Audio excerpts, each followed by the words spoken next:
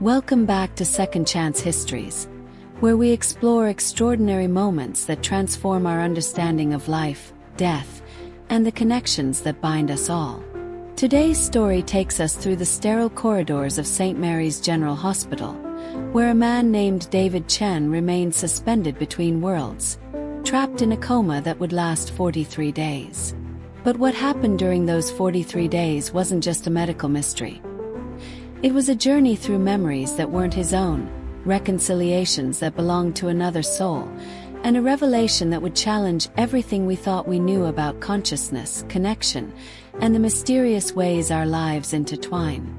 This is the story of a second life in the hospital, a tale that will make you question, when we're unconscious, where exactly does our mind go? And whose experiences do we really live?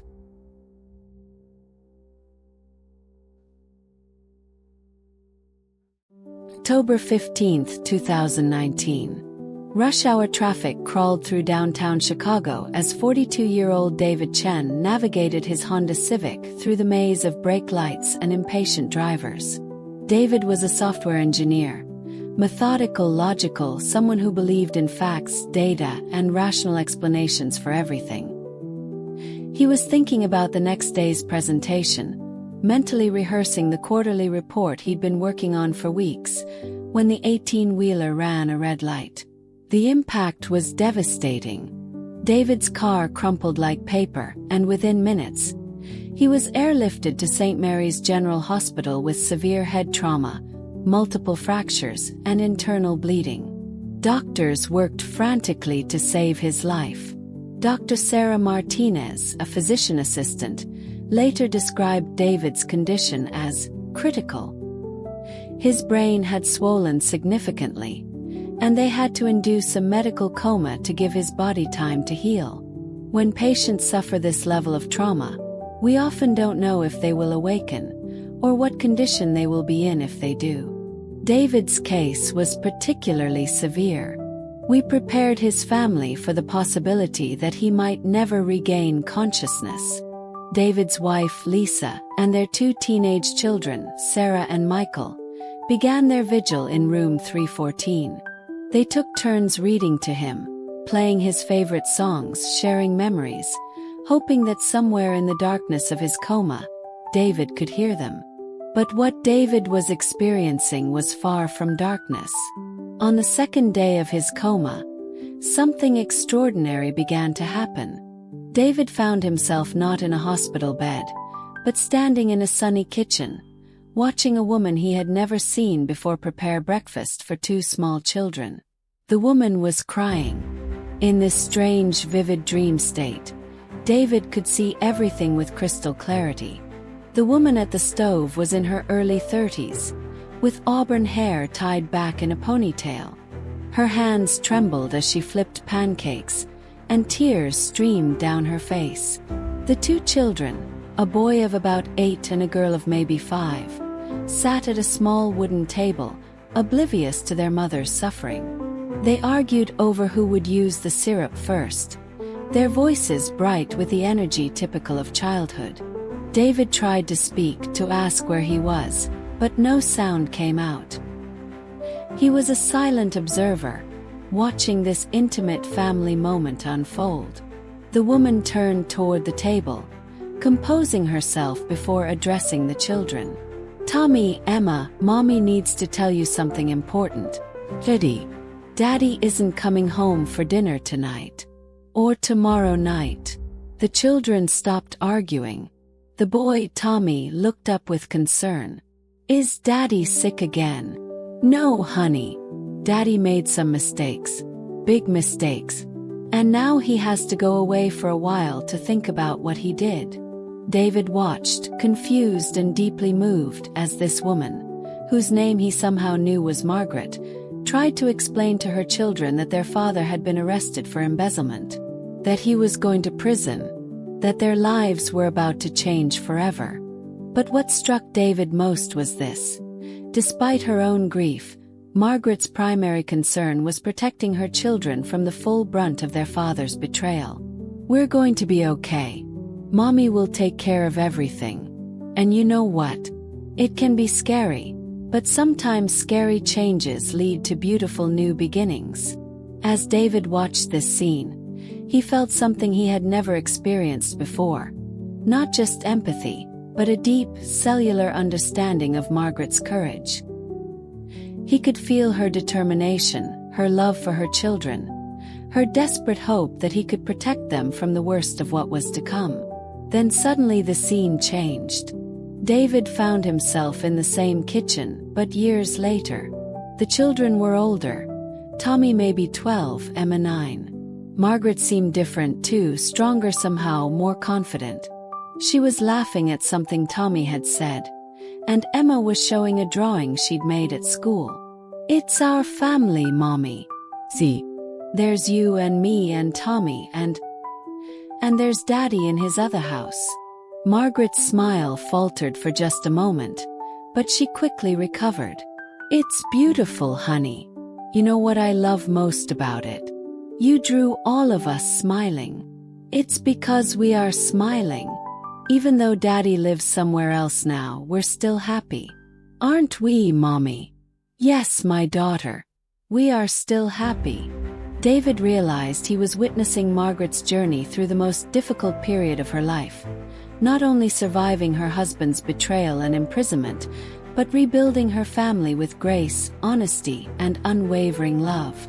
But who was Margaret? And why was he experiencing her memories? As David's coma continued into its second week, his family kept vigil at his bedside, but the visions continued with increasing intensity and detail. He found himself experiencing what felt like years of Margaret's life in compressed time. He watched her take night classes while working 2 jobs to support her children. He felt her fatigue, her moments of doubt, her silent prayers in empty rooms after putting the children to bed. But he also witnessed something remarkable: Margaret's journey toward forgiveness. In one particularly vivid scene, David watched Margaret visit her ex-husband, Robert, in prison. This was clearly difficult for her. Her hands shook as she signed at the visitor's table, and she took several deep breaths before entering the visiting room. Robert looked devastated. The confident businessman who had once provided for his family was gone, replaced by a man consumed by guilt and shame. "Margaret, I don't deserve your visits. I don't deserve to see the children. I've destroyed everything. You made terrible choices, Robert. But you're still Tommy and Emma's father. They need to know that people can change, that mistakes don't define us forever. How can you forgive me? How can you even look at me after what I did?" David watched Margaret consider this question carefully. When she spoke, her words seemed to echo in his consciousness. "Forgiveness isn't about you, Robert. It's about me. It's about choosing not to carry the weight of your mistakes in my heart. It's about showing our children that love doesn't disappear just because someone lets us down." This conversation marked a turning point in David's outlook. He began to understand that he wasn't just observing Margaret's journey. He was somehow participating in it, learning from her. Over the next few days of her coma, David witnessed Margaret's gradual healing.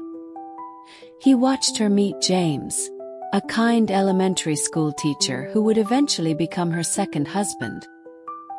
He witnessed her children's acceptance of the new family structure. He felt their relief as years of struggle turned into stability, growth, and even joy.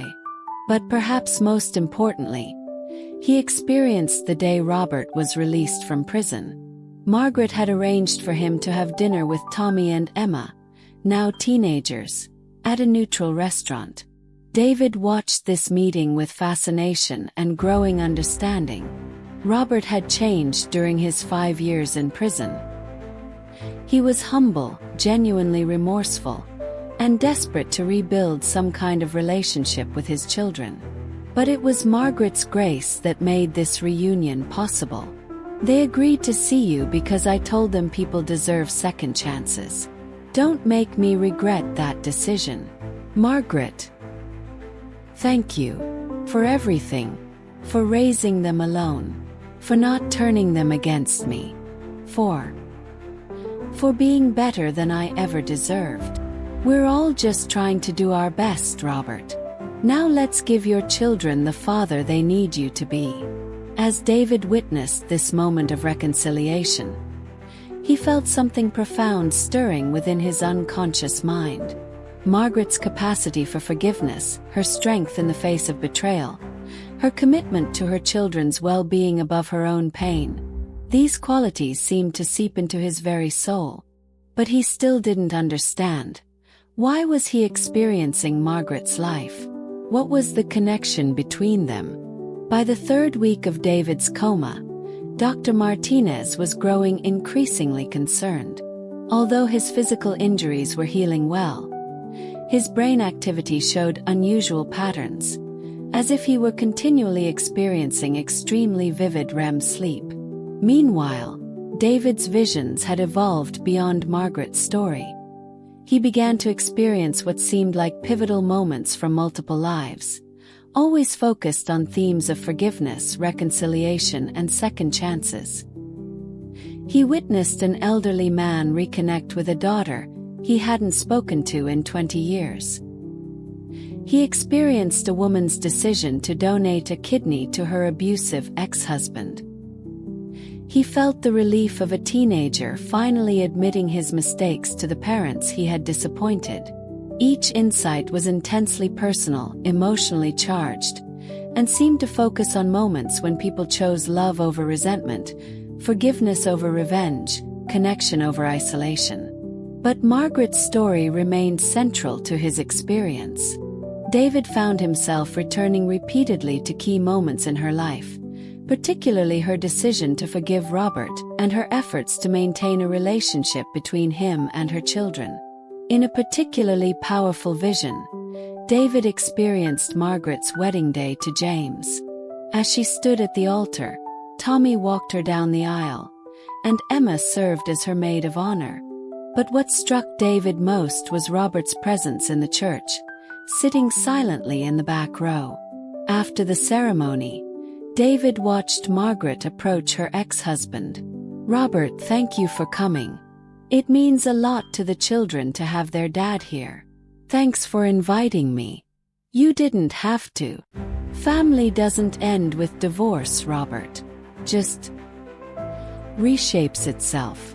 Tommy and Emma need to see that the important people in their lives can all exist in the same space peacefully. This moment crystallized something for David. Margaret's forgiveness wasn't just about letting go of past hurts. It was about actively building a future where love could flourish despite past betrayals. But even as David experienced these profound moments of human connection and forgiveness, his physical condition was becoming more precarious. Dr. Martinez noticed troubling changes in his brain scans, and his family was called in for serious discussions about his prognosis. David's body is healing, but something is happening in his brain that we don't fully understand. His neural activity is extraordinary, almost as if he's living an entirely different life in his unconscious state. Is this bad? Could it mean he's trying to wake up? Honestly, Miss Chen, we're in uncharted territory here. Every case is different. All we can do is monitor you closely and hope that whatever journey your mind is taking, it leads you back to us. But David's journey was far from over. In fact, the most shocking revelation was yet to come. On day 37 of David's coma, something unprecedented happened. As he experienced another vivid scene from Margaret's life, watching her comfort Tommy after his first heartbreak, David became aware of something that changed everything. He was not alone in this view. Standing beside him, also watching the scene, was another consciousness. Someone else experiencing Margaret's memories along with him. David couldn't see this other presence, but he could sense it, feel its emotional responses to the unfolding drama.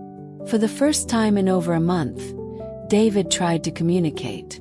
"Who are you? Are you seeing this too?" To his amazement, he received an answer, not in words but in pure thought and emotion. I am Margaret. These are my memories. But who are you? Why are you here? The revelation struck David like a bolt of lightning. He wasn't just experiencing Margaret's memories. He was sharing consciousness with Margaret herself. But how was this possible? My name is David Chen. I'm in a coma at St. Mary's Hospital. I don't understand how I'm here, experiencing your life. St. Mary's. David Chen. Quarto 314. Yes. How do you know that? What Margaret revealed next would challenge every assumption David had about consciousness, connection, and the nature of life and death. David, I'm in room 312. I've been in a coma for 6 weeks. We're in bed side by side. The impossible truth began to unfold. Margaret Wilson, the woman whose life David had been experiencing, was not a figment of his unconscious mind. She was a real person, lying unconscious in the hospital bed next to his. Margaret had been in a car accident 3 weeks before David's, and had been in a coma ever since. But while David had been experiencing his memories, Margaret had been experiencing his. David, I've also lived through your memories. I've seen your childhood, your marriage to Lisa, your children Sarah and Michael. I've felt your love for them, your pride in your work, your fears about being a good father. That's impossible. How can two people share consciousness like that? I don't know. But David, there's something else. Something I need to tell you about why our minds connected. What Margaret revealed next was the most shocking twist of all. David, in my memories, the real ones, not the ones you've experienced, there was a day 5 years ago when I was at my lowest point. Robert had just been arrested, the children were devastated, and I was sitting in my car in the hospital parking lot, contemplating ending it all. Margaret, no. I had a bottle of pills. I was ready to give up. But then a stranger knocked on my car window. A man about your age driving a Honda Civic. He said he could see I was in pain and he just talked to me for an hour. He didn't know me, he didn't know my situation, but he convinced me that whatever I was going through, it wasn't worth giving up my kids for. David's conscience reeled with the implications. David, that man saved my life.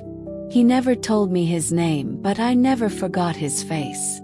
And when I've been experiencing his memories these past few weeks, I recognized him. David, you were the stranger who saved my life 5 years ago. The connection was complete.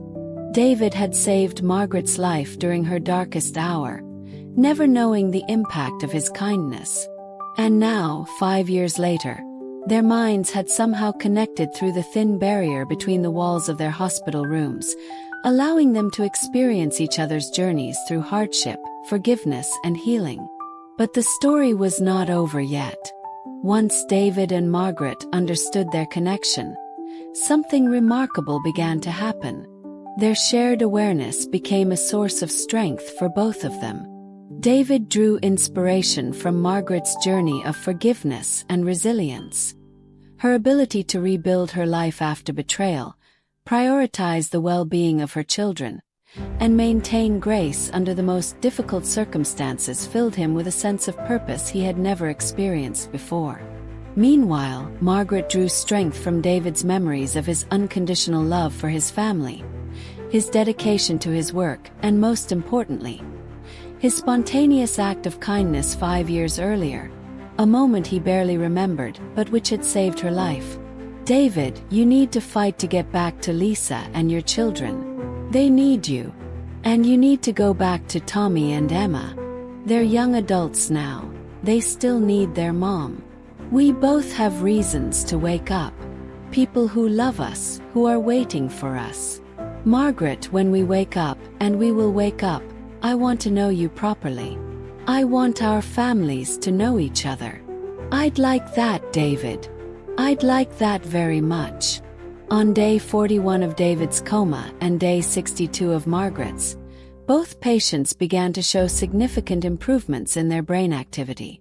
Dr. Martinez and the medical team were perplexed by the simultaneous positive changes in two seemingly unrelated patients. It's the strangest thing. Your brain patterns are almost synchronized. I've never seen anything like it. On the 43rd day, at exactly 3:47 p.m., both David Chen and Margaret Wilson opened their eyes. David's first words were about the woman in the next room. Margaret's first words were about the man in room 314. The nursing staff were confused by their requests to see each other, but Lisa Chen and Margaret's children were astonished when the two patients insisted they knew each other.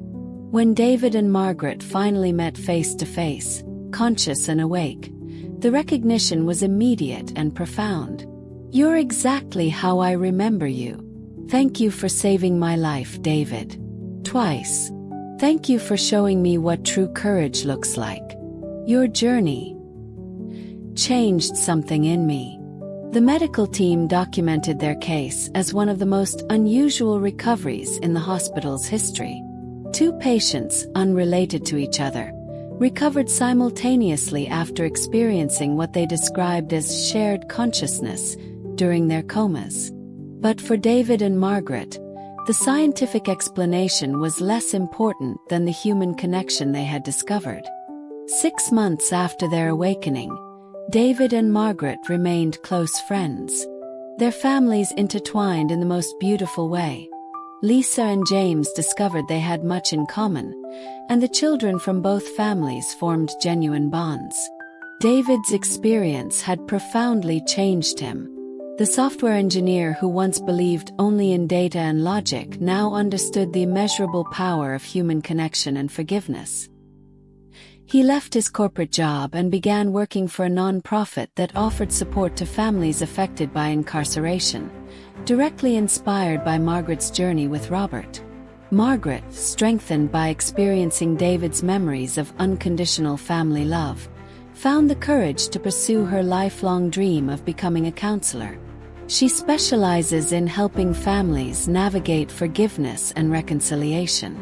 But the most remarkable revelation came during a casual conversation 6 months after his recovery. Margaret was visiting David's house for a family barbecue when she noticed a picture on Lisa's mantelpiece. A picture of David's late father. David. Who is this man in the photograph? That's my father. He died when I was 12. Why? Margaret's face paled with recognition. David, this is going to sound impossible, but... Your father. I knew him. Not personally, but in my memories. During the coma, there were moments when I experienced memories that weren't mine and weren't yours. There was an older man who kept appearing, guiding me through the hardest parts of my journey. He never spoke, but I always felt safe when he was there. That's impossible, Margaret. Really? David, your father died young, didn't he? Before he could see you become the man who would one day save my life.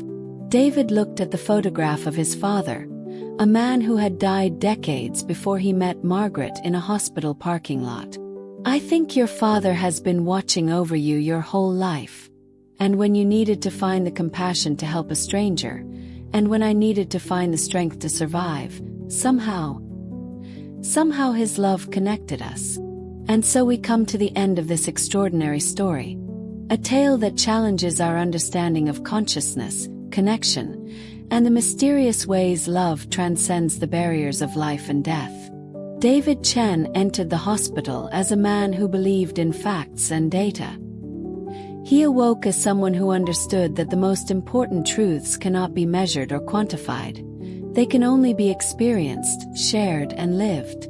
Margaret Wilson entered her coma carrying the weight of betrayal and the challenge of single motherhood. She awoke with a profound knowledge that forgiveness isn't just about letting go of the past. It's about creating space for unexpected blessings in the future. His story reminds us that sometimes our darkest moments become the foundation for our greatest connections. That consciousness can be far more mysterious and interconnected than we imagine. And that a single act of kindness, as simple as tapping on a stranger's car window, can echo through the years in ways we never imagined. The next time you have the opportunity to help someone, remember David and Margaret. Remember that we never know how our small acts of compassion can save a life, change a trajectory, or create connections that transcend the barriers of space, time, and even consciousness itself. This was another episode of Second Chance Histories. Until next time, remember, we're all more connected than we know, and every day offers us the opportunity to be part of someone's second chance.